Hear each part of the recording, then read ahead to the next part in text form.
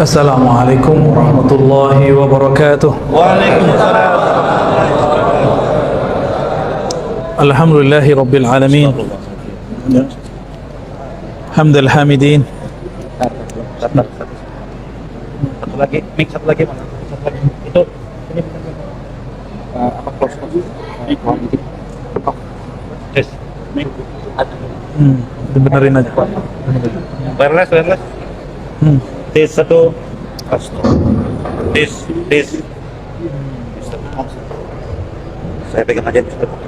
Ya, baik. Ya, saya pegang. Alhamdulillah, semuanya tidak boleh berprasangka kepada Allah. Wah, ini Allah nggak izin ya, jangan gitu ya. Itu ujian kesabaran. Pengurusnya panik apa enggak? Panik juga ya. Alhamdulillahilladzi anzala al-Qur'an ala sayyidina Muhammad sayyidi ahli al-Qur'an. Walhamdulillahilladzi ja'alana min ummati sayyidina Muhammad. Ini aja ya. Udah nggak apa-apa ya, ini aja. Jelas suaranya? Udah Pak, jangan panik Pak ya.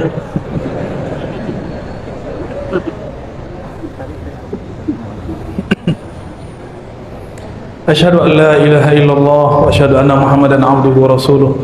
Allahumma salli ala sayyidina Muhammad. Allahumma salli ala sayyidina Ahmad. Allahumma salli ala sayyidina al-Mahdi wa ala alihi wa ashabihi wa li baitihi wa zurriyyatihi ajma'in. Amma ba'du.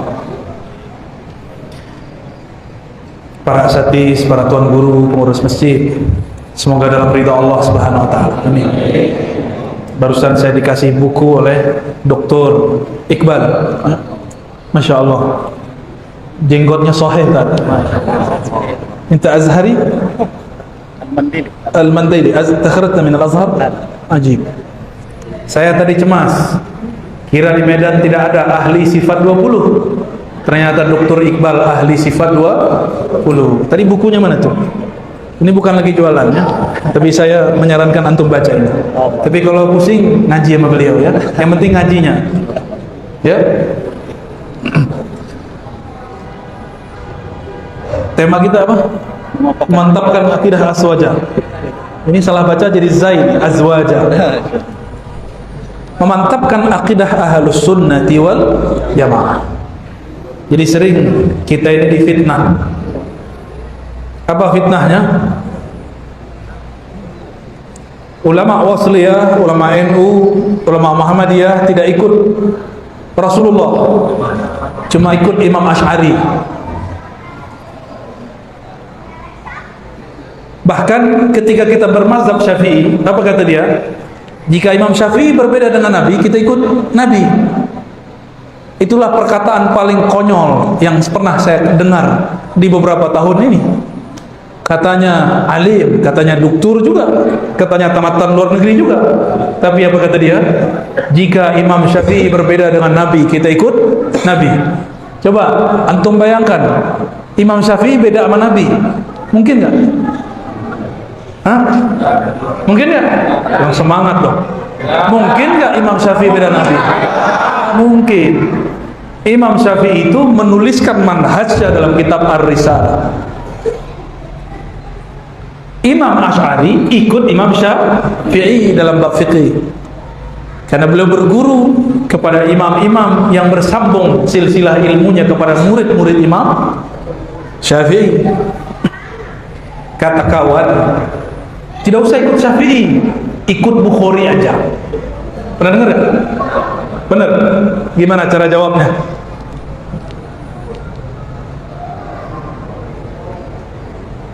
Imam Bukhari itu lahir tahun berapa? Imam Syafi'i wafat tahun berapa? Tanya aja sama dia. Kalau dia tidak tahu, bilang ke dia, uskut. Man kana yu'minu billahi wal yawmil akhir falyaqul khairan aw liyasmut. Kalau ente enggak punya data, diam. Jangan pakai logika dangkal. Itu logika dangkal. Imam Syafi'i punya murid di Makkah namanya Abdullah bin Zubair Al-Humaidi. Saya sering bahas ini. tapi nggak apal-apal juga kan, barusan kan tes itu, apal apa tidak? Ya, katanya jamaah al-Yutubiyah. Itu dia. Iya, berarti belum sahih itu ya. Imam Syafi'i dulu punya asisten, khadamnya dia, namanya Abdullah bin Zubair al-Humaidi. Siapa namanya? Abdullah bin Zubair al-Humaidi. Lambat semuanya. Emang susah ngapal namanya, bener.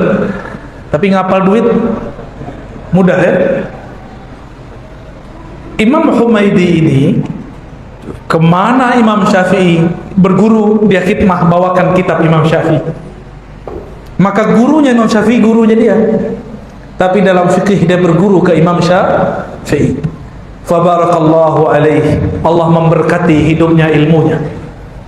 Imam penyusun Sahih Bukhari, kitab paling sahih setelah Al-Quran.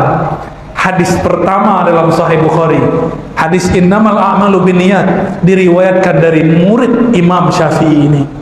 Karena berkah beliau berkhidmah kepada Imam Syafi'i. Apa kata Imam Bukhari? Wa bilai qala haddatsana Abdullah bin Zubair al-Humaidi qala haddatsana Sufyan qala ila akhir sanad. Jadi beliau menyebutkan, aku mendengar guruku Sufyan, guruku Humaidi berkata. Humaidi berkata, guruku Sufyan bin Uyainah, gurunya Imam Syafi'i.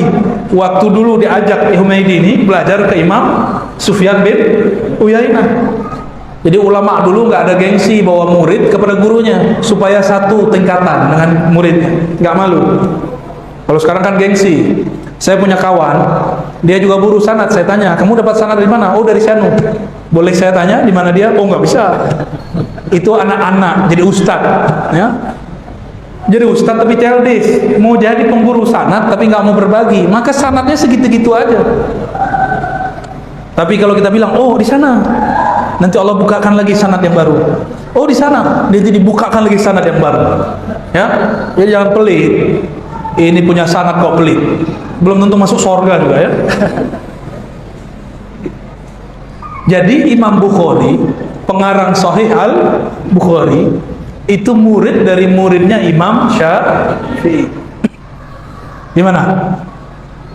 Jadi masih ikut Imam Syafi'i nggak? Yakin? Siapa nama guru Imam Bukhari? Abdullah bin Zubair al-Humaidi. Siapa nama gurunya? Syafi'i. Dapat? Apa enggak? Insyaallah. Insyaallah.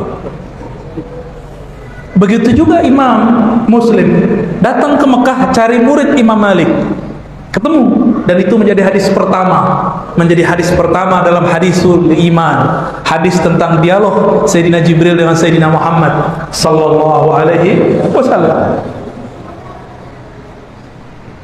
Jika Imam Bukhari awal hadisnya, awal gurunya orang Mekah, murid Imam Syafi'i, maka Imam Muslim mencari murid Imam Malik. Jadi mereka ini berguru, mereka ini bermazhab. Imam Asy'ari juga berguru. Kata orang, kau ini mazhab Syafi'i, tapi tidak ikut akidah Imam Syafi'i. Saya mau tanya, ada nggak kitab akidah Imam Syafi'i? Hah?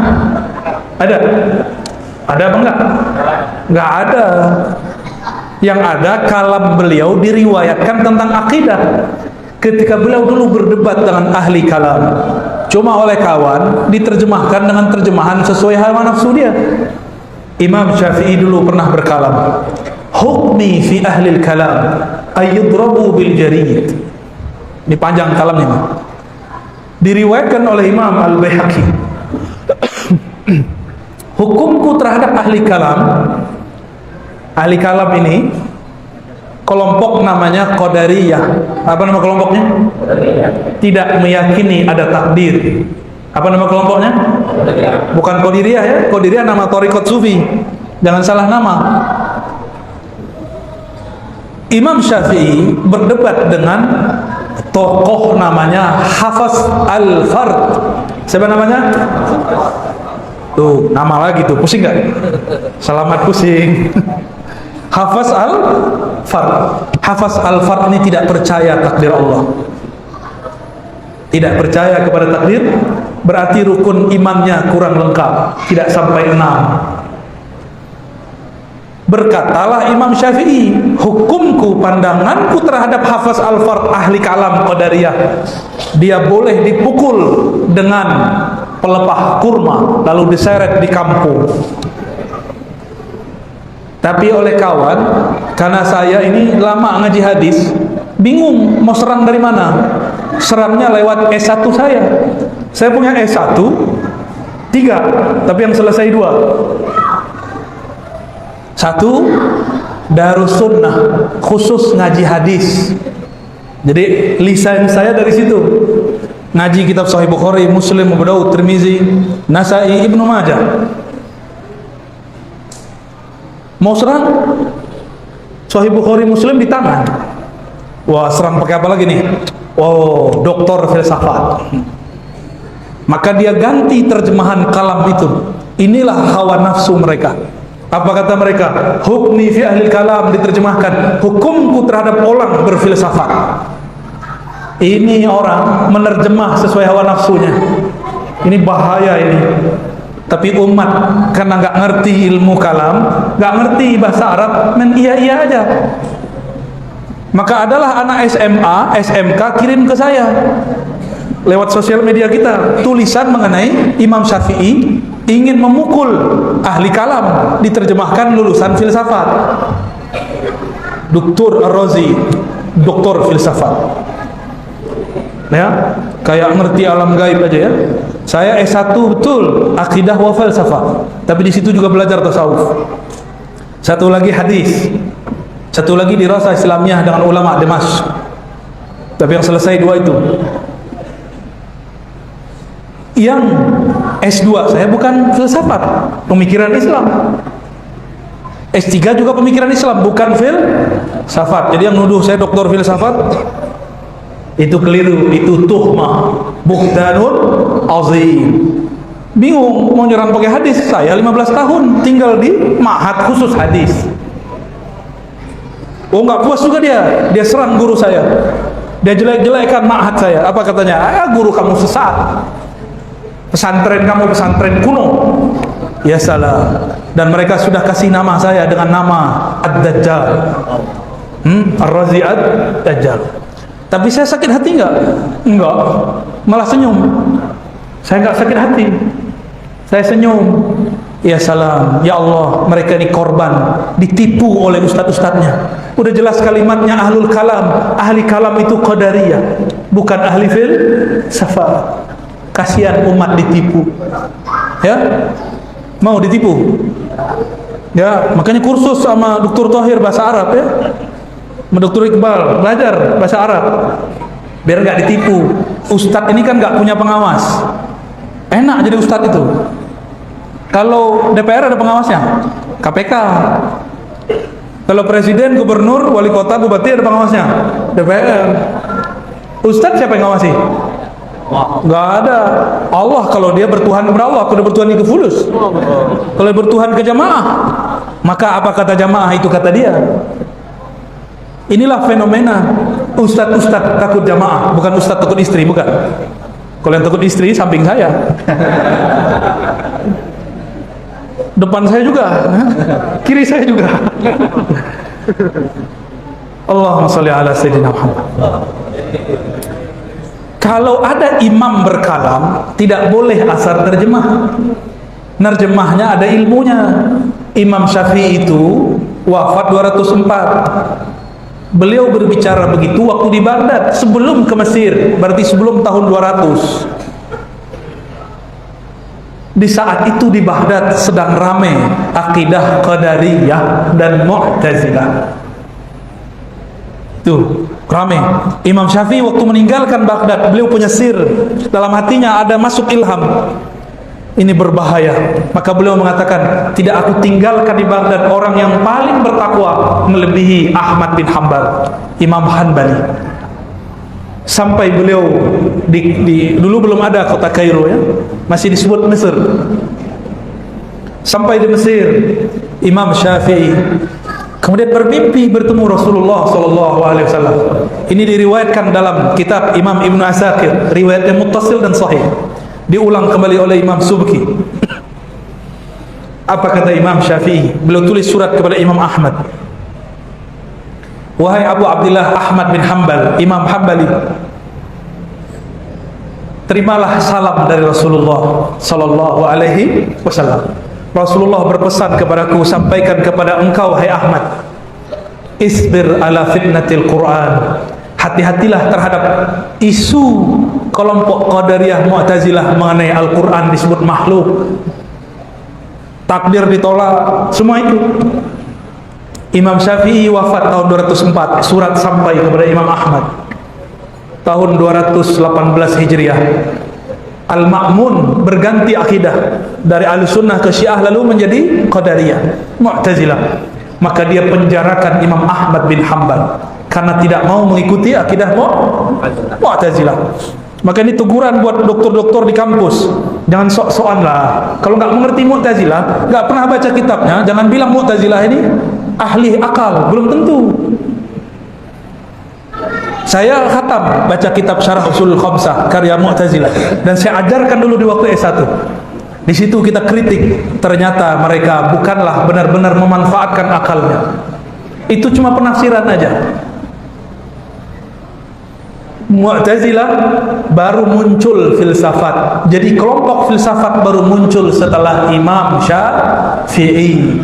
Jadi ketika Imam Syafi'i mengatakan hukumku terhadap ahli kalam tidak boleh dipalsukan, tidak boleh diterjemahkan menjadi ahli filsafat, gitu ya. Akidah Imam Syafi'i ini dipertahankan oleh Imam Ahmad. Bedanya Imam Ahmad tidak berdebat, Imam Syafi'i pernah berdebat, kalah Hafaz Al-Fadl. Lalu Imam Ahmad punya murid dan punya kawan, nama kawannya Al-Karabisi, Husain Al-Karabisi. Imam Husain Al-Karabisi ini dia mengambil sikap Imam Syafi'i berdebat. Dia dulu sering tinggal di rumah Imam Syafi'i, Imam Karabisi. Jadi Imam Karabisi ini punya murid nanti, begitu juga Imam Ahmad punya murid nanti, sama, namanya Zakaria As-Saji.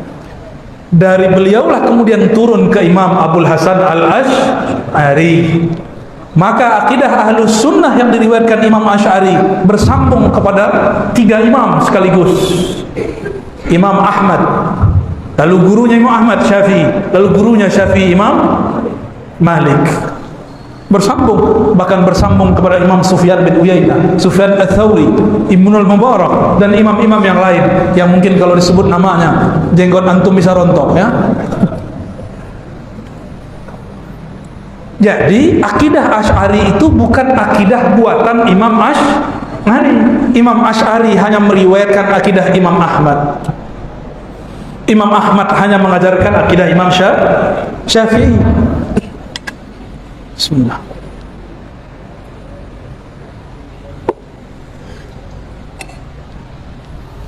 Gimana? Masih ragu berakidah Asy'ariyah? Di sini sudah ada pengajian sifat 20 belum, Ustaz? Pak. Sudah. Siapa? Dr. Iqbal ini, alhamdulillah. Semoga tambah rame ya. Tugas saya kan manas-manasin pakai tabligh akbar ya. Habis itu antum yang panasin sendiri. Ahlus Sunnah itu tauhidnya diriwayatkan oleh 2 golongan ulama. Satu ulama ahli akal, tadi Imam Asy'ari. Ada juga ulama ahli qalbu. Imam Asy'ari juga berguru ke ahli qalbu, namanya Imam Junaid, Imam Ruwaim, dan imam-imam yang lain. Maka saya melihat lebih dari 80% ulama sufi di dunia itu berakidah Asy'ari. Benar nggak Ustaz? Di Al-Azhar begitu nggak? Ya, Al-Habib Omar di Yaman akidahnya apa? Asy'ari. Mazhabnya apa? Syafi'i. Syekh Ali Jum'ah, Syekh Yusri di Mesir, akidahnya apa? Asy'ari. Mazhabnya apa? Syafi'i. Torikotnya apa? Torikotnya Syaziliyah. Syaziliyah. Mereka juga bertorikoh. Syekh Ali Jum'ah juga bertorikoh Qadiriyah, juga bertorikoh Naqsyabandiyah. Lalu beliau membuat torikoh sendiri, torikoh Siddiqiyah Aliyah. Ya. Syekh Yusri bangun torikoh sendiri, Siddiqiyah Yusriyah. Jadi torikoh itu masih berkembang sampai sekarang. Kalau si imamnya, mursyidnya menguasai ilmu torikoh, metodologinya, dia boleh mengembangkan torikohnya. Inilah hebatnya ulama-ulama ahli kolbu. Dan Syekh Yusri punya kitab akidah, Syarah Aqidah Al-Muhammadiyah, seingat saya, ya. Barakallahu lahum ajma'in, ya. Maka ada nggak sufi, orang tarekat, akidahnya bukan akidah Asy'ariyah? Ada nggak? Nggak ketemu saya, kecuali sebelum Asy'ari lahir. Kecuali ada satu, Sidi Ahmad Al-Ghummari. Beliau orang Tonja, tapi beliau sebenarnya akidahnya hampir sama dengan akidah Imam Asy'ari. Cuma beliau ini kan mujtahid mutlak, bisa buat mazhab sendiri. Seorang mujtahid haram ikut mujtahid yang lain. Kalau antum ini udah mujtahid belum? Apa? Ahli jahid? Mujtahid belum? Ahli jahid sudah? Cukup? Mau tanya jawab? Ya, tanya jawab ya. Tafadhol. Assalamualaikum warahmatullahi wabarakatuh. Jika keyakinan kaum Mu'tazilah dan Musyabihah adalah fardhu, apakah seluruh amalannya juga fardhu, sholat, puasa dan sebagainya? Apakah menjadi tertolak pasangan suami istrinya dan bila mati tidak bertaubat maka dia tidak dimanfaatkan salat dan korupsi? Ulama Asy'ariyah yang nazariyah akliyah, ahli akal, ini agak ketat. Siapa yang membendakan, menjisimkan Allah, maka dia kufur, tapi bukan murtad. Kufur nikmat akal. Inilah mauqif para ulama kita. Bahkan Imam Sufi seperti Abu Ya Said Muhammad Alawi Al-Maliki menggunakan itu dalam kitabnya Fahmun Nusus. Siapa yang membayangkan Allah itu dengan sifat-sifat benda, berada di suatu tempat, berpindah-pindah, maka dia telah menyembah berhala. Begitu perkataan Abu Ya Said Muhammad Alawi Al-Maliki. Itu beliau udah marah itu ya. Dulu masih mau mencari titik temu dengan kelompok yang tadi itu. Tapi lama-lama beliau sudah tidak tahan karena dianggap tauhid oleh kelompok yang tadi antum sebut itu. Lalu saya gimana? Saya dalam bab akliyah ikut beliau, tapi bab secara rohani saya dapat satu hadis dalam Sahih Muslim. Di Sahih Muslim, Allah Subhanahu wa taala pada hari kiamat jaa ila qaumin, datang kepada suatu kaum bi suratil lati la ya'rifunaha, dengan surah, dengan tajalli, manifestasi yang mereka tidak pernah lihat, yang mereka tidak kenal. Lalu Allah yang tadi menjelma itu mengatakan ana rabbukum, aku Rabb kalian. Apa kata kelompok ini? Kamu bukan Tuhan kami. Lasta bi rabbina, kamu bukan Tuhan kami. Lalu datang Allah bi suratil lati ya'rifunaha. Allah datang dengan formulasi bentuk yang mereka kenal. Ini namanya tajalli. Allah memantulkan sifatnya. Karena Allah tidak bersurah, tidak berbentuk. Allah Maha Suci dari bentuk. Berarti ada hadis. Cuma dari jarak antara dia menunggu Allah datang pertama dengan Allah datang kedua, itu jaraknya ribuan tahun. Mereka tertahan di padang mahsyar. Jadi mereka masih dapat posisi. Itulah posisinya. Beda dengan orang-orang al-mutahabbina fillah yang saling mencintai dengan dalam ruhullah. Dalam hadis Abu Daud, al-mutahabbina bi ruhillah, yang saling mencintai dalam ruhnya Allah, dengan ruhnya Allah. Mereka ini belum dihisab, belum ditimbang, sudah dijemput oleh Rasulullah Sallallahu Alaihi Wasallam. Tidak perlu dihisab, tidak perlu diazab. Mereka lah para wali-wali Allah. Dan kebanyakan wali ini sufi. Ahli fikih yang sufi itu wali. Jarang sekali ahli fikih itu sufi. Bahkan sekelas Imam Syafi'i dituduh benci sufi. Benar nggak? Benar. Mereka riwayatkan lagi kata-kata Imam Syafi'i di kitab Al-Baihaqi, tapi penjelasan Imam Baihaqi mereka tidak kutip. Mereka berkhianat kepada Imam Al-Baihaqi dan Imam Syafi'i. Kata mereka, Imam Syafi'i berkata, sufi itu jahulun kasulun, jahil sangat jahilnya, malas sangat pemalasnya. Kata siapa? Imam Syafi'i. Itu kata mereka. Giliran cocok sama nafsunya diambil kalam Imam Syafi'i. Padahal tadi dia ngomong kalau Imam Syafi'i beda sama Nabi, jangan ikut Syafi'i, ikut Nabi. Sekarang cocok dengan nafsunya, maka diambil kalam Imam Syafi'i. Dia lupakan ada kitab Diwan Syafi'i, bahwa Imam Syafi'i mengatakan jadilah kamu faqihan sufian, faqih yang sufi. Dia lupakan riwayat Kusyairi supaya Imam Ahmad jangan uji-uji seorang sufi. Pingsan Imam Ahmad habis menguji seorang sufi. Dia lupakan riwayat-riwayat yang tidak sesuai dengan nafsu mereka. Afara'aita man ittakhadha ilahahu hawa. Apakah engkau melihat orang yang menjadikan Tuhannya adalah hawa nafsunya? Cocok sama nafsunya diambil. Nauzubillah min dzalik. Imam Kusyairi akidahnya Asy'ari, nulis kitab Risalah Kusyairiyah, ditulis di situ akidah gurunya Asy'ari, namanya Imam Junaid. Apa kata Imam Junaid? At-tauhid ifradul kinani 'anil hudus. Tauhid itu engkau mampu membedakan antara yang qadim dan yang diciptakan. Allah itu qadim, sedangkan alam semesta termasuk aras, termasuk kursi, termasuk langit dan bumi, itu semua dicipta. Engkau mampu mengesahkan Allah. Allah tidak butuh aras, araslah yang butuh Allah. Gitu ya. Ada lagi? Bagaimana caranya kita bisa mendapatkan seorang mursyid secara jalur rohani? Mendapatkan mursyid rohani, ruh itu adalah kiblatnya kolbu. Kebanyakan mursyid melatih kolbu dan nafsiyah. Jadi ada mursyid itu ada 5 mursyid.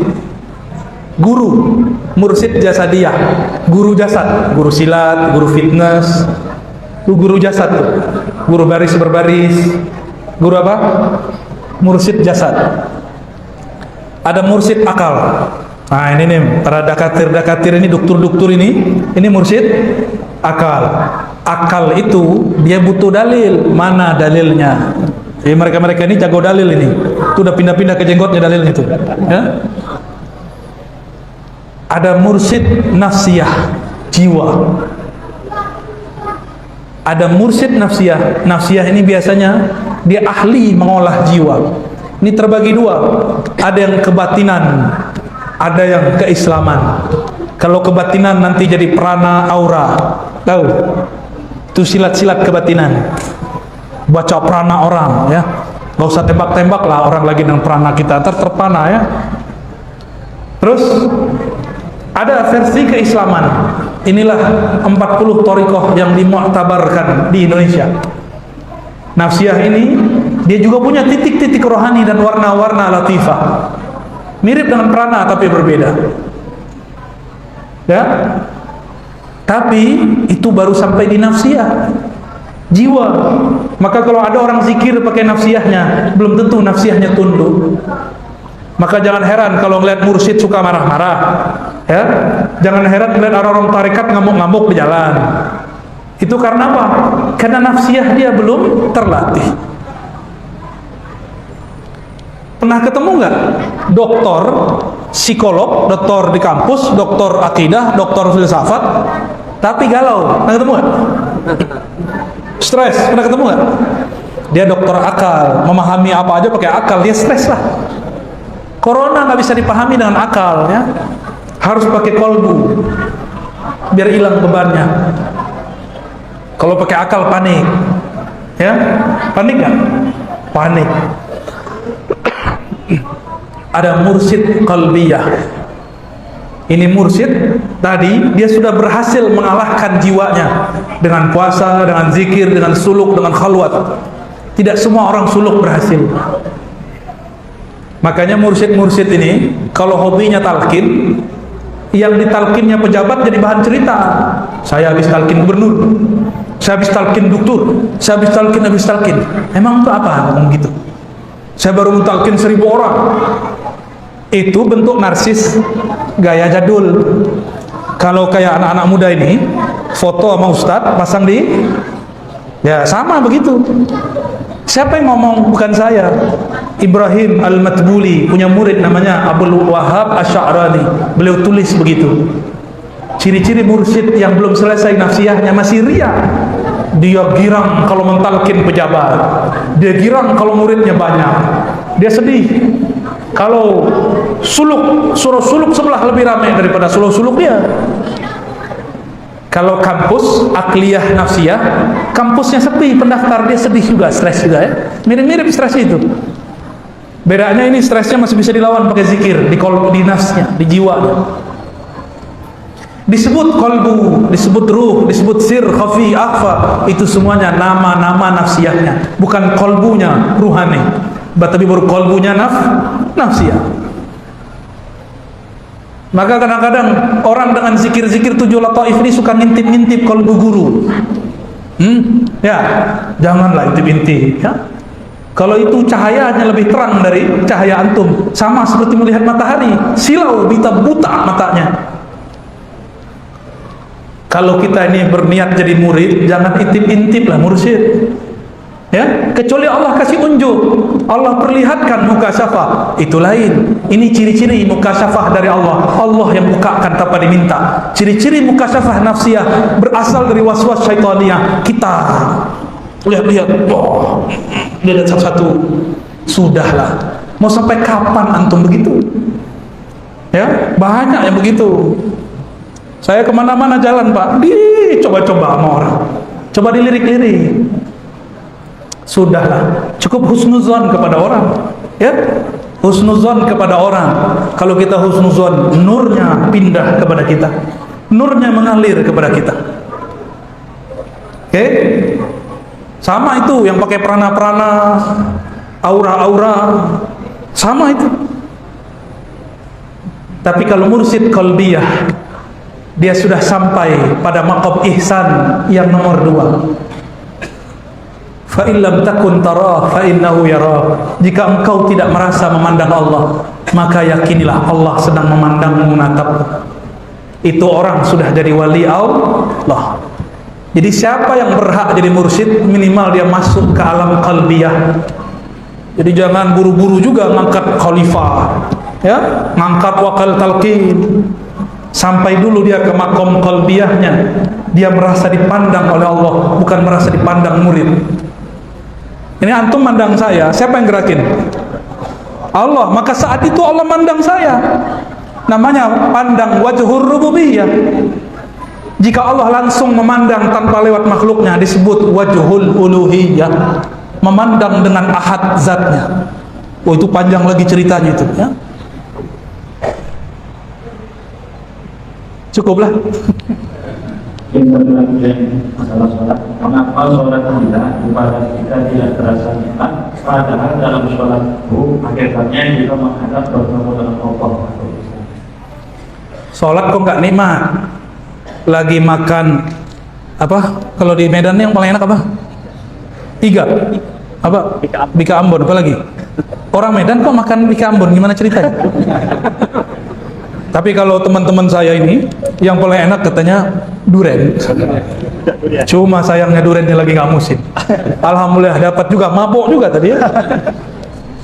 Lagi makan durian, yang diingat kata dokter, hati-hati, tar perutmu, perutmu nanti asam lambung. Jadi mau makan, mikir-mikir. Jadi nikmat gak? Makan tuh jangan dengan perasaan, makan tuh pakai lidah, minta izin kepada Allah. Bismillah ya Allah, izinkan aku makan. Nikmati itu makanan, nikmat tuh makanan. Orang berumah tangga yang tidak menikmati berumah tangga, berarti yang dia pandang itu bukan bininya, bukan lakinya. Mungkin yang terbayang bagi dia muka orang lain. Dia sentuh tapi yang terbayang orang lain, nggak bahagia. Hadirkan kekasih kita, jasadnya dan ruhnya.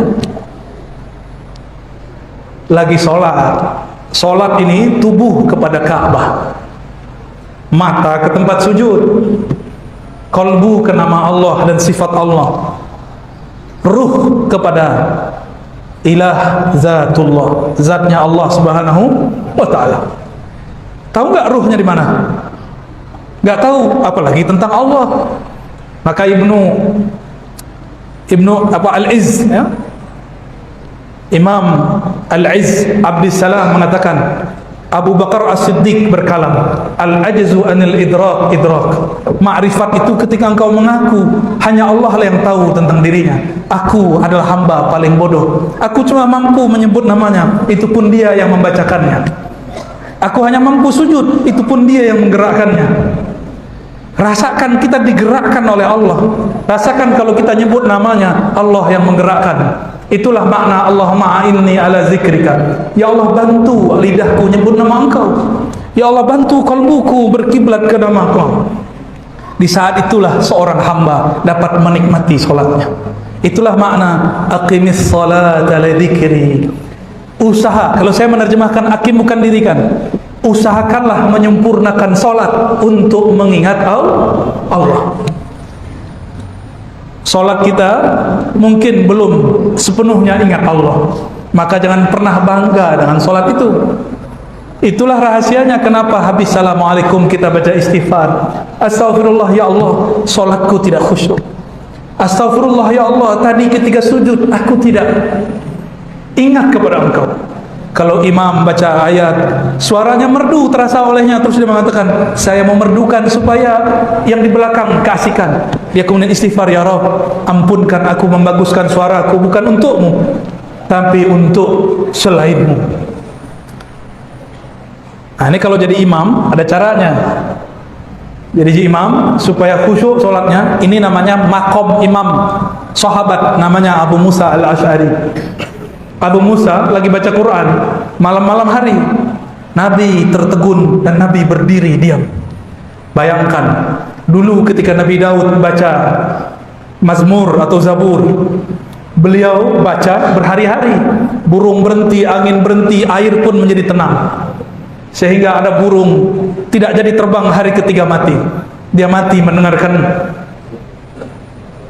seruling Daud atau senandung Nabi Allah Daud.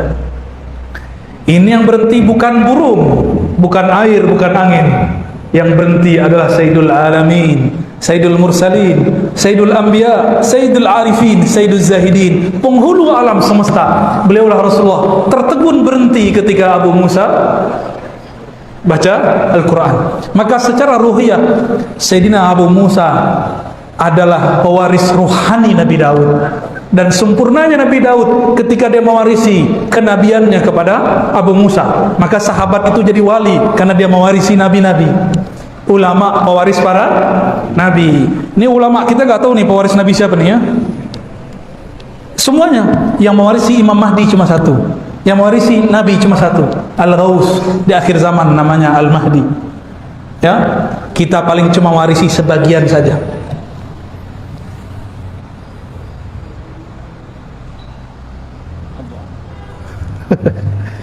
Cukup ya, saya 5 kali 5 tempat berhasil Dr. Thohir menyiksa saya ya. Besok ada lagi subuh sama Subuh, duha dan Jumat. Masya Allah 3. Kata Dr. Thohir cukup katanya ya. Saya takut sama dia ya. Baik Bapak Ibu yang muliakan Allah, apabila orang-orang meragukan akidah Ahlus Sunnah, maka bawalah sanad. Apabila orang meragukan nasab habaib, bawalah nasab. Apabila orang meragukan thariqat, bawalah ijazah. Ya. Apabila orang meragukan Allah Subhanahu wa taala, bawakanlah hujjah-hujjah mengenai wujudnya Allah Subhanahu wa taala. Semoga kita yang hadir malam ini diberkahi oleh Allah Subhanahu wa taala. Semoga umat Nabi Muhammad ini diberikan kesabaran, ketabahan, ditancapkan kalimah tauhid la ilaha illallah dalam kalbunya, ditumbuhkan cinta kepada Rasulullah sallallahu alaihi wasallam, dikembangkan, dipancarkan cahaya dari dirinya, dari dalam pikirannya hanya mencintai Allah dan kekasih Allah Nabi Muhammad sallallahu alaihi wasallam. Ala hadhihi da'awat wa hadhihi al-maqasid wal ghayat. Al-Fatihah.